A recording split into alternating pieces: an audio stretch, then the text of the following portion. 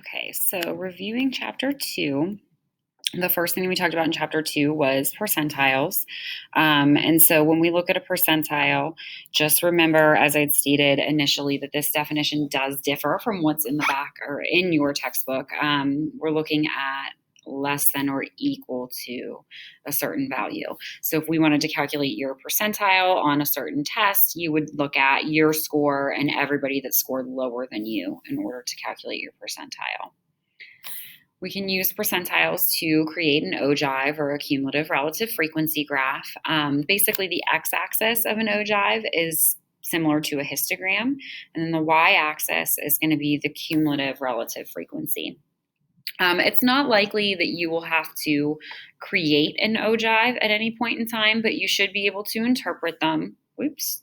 So a couple of things here. Remember that your median is your 50th percentile.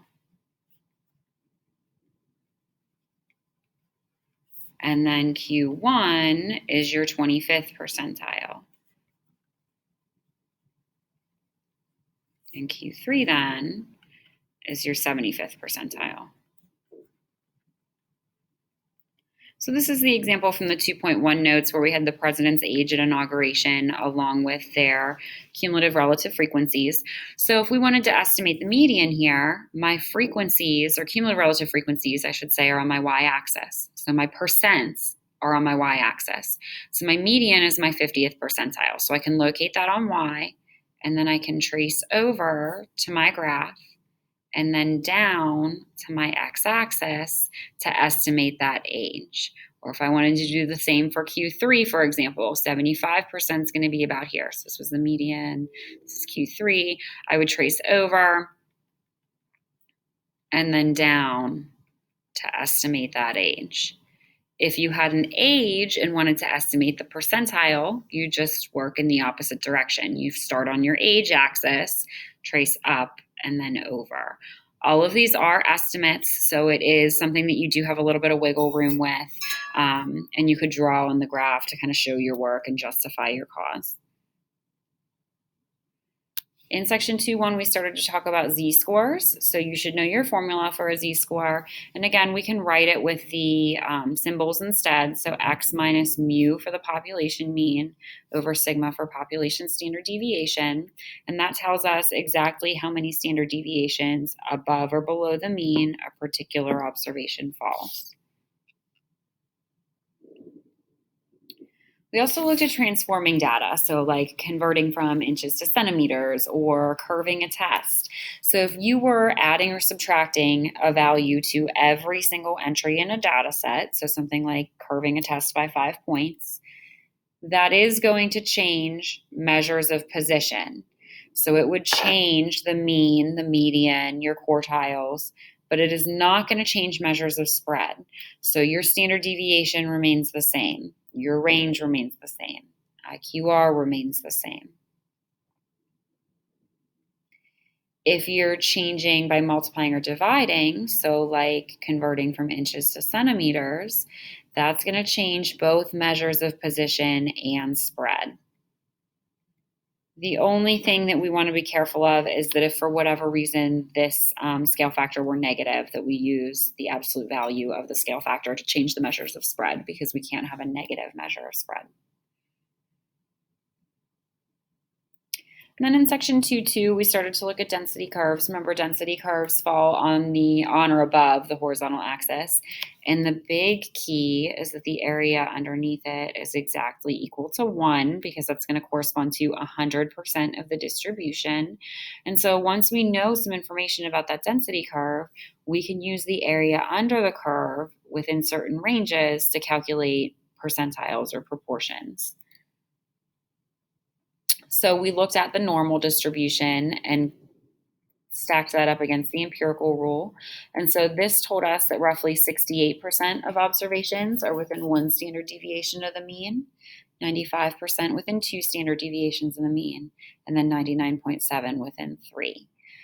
Remember that this curve is symmetrical, so you can break it down into other sections, like your 68, we could break down into 34 and 34, for example. Or if you're looking at outside of 95%, there's 2.5% this way and 2.5% this way. So again, using symmetry to break down that curve. This is an estimate. So unless you're really specifically asked for the empirical rule or if a problem says to estimate, then you really should be using z-scores and then table A or z-scores in your calculator. So normal distribution calculations, this 4-step process is pretty important in this chapter and moving forward. So your state step is just really restating the problem. And then for your plan, you want to draw a picture of your distribution and you should label it in some way to indicate that it's normal, a mean, and standard deviation. So maybe you draw that normal shaped curve and put the mu and sigma numbers on there, or maybe you just use this notation next to your picture to indicate. And then shade the area of interest. So mark off your X value and then shade to the right or to the left or between.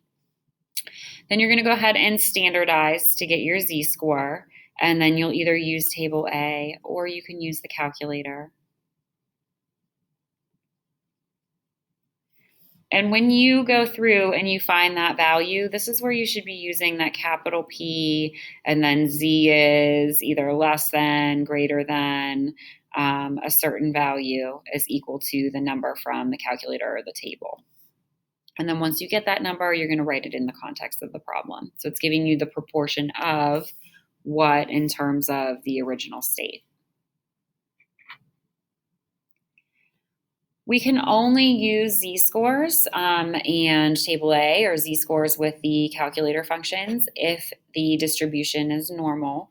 And so there are some ways that we can assess for normality.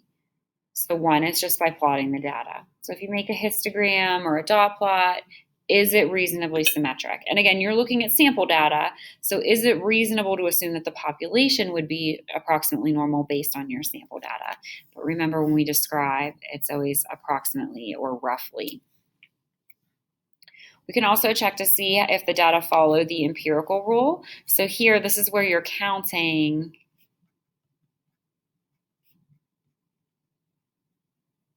the number of observations within one standard deviation of the mean, and then within 2 standard deviations of the mean. And then you do that same for 3 and look to see, is that percent within 1 close to 68? Is that percent within 2 close to 95? And is that percent within 3 close to 99.7? We can also make a normal probability plot. Remember, if your normal probability plot is roughly linear, that indicates that the original data is approximately normal.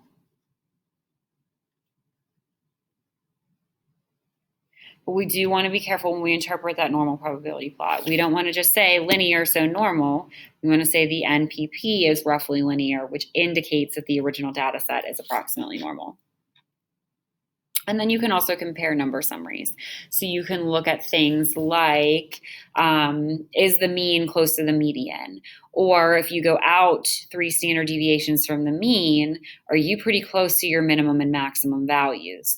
Otherwise, if those are more extreme than 3 away, or if they're a lot closer than 3 away, then that data set's probably not following that empirical rule. It's too spread out or too condensed.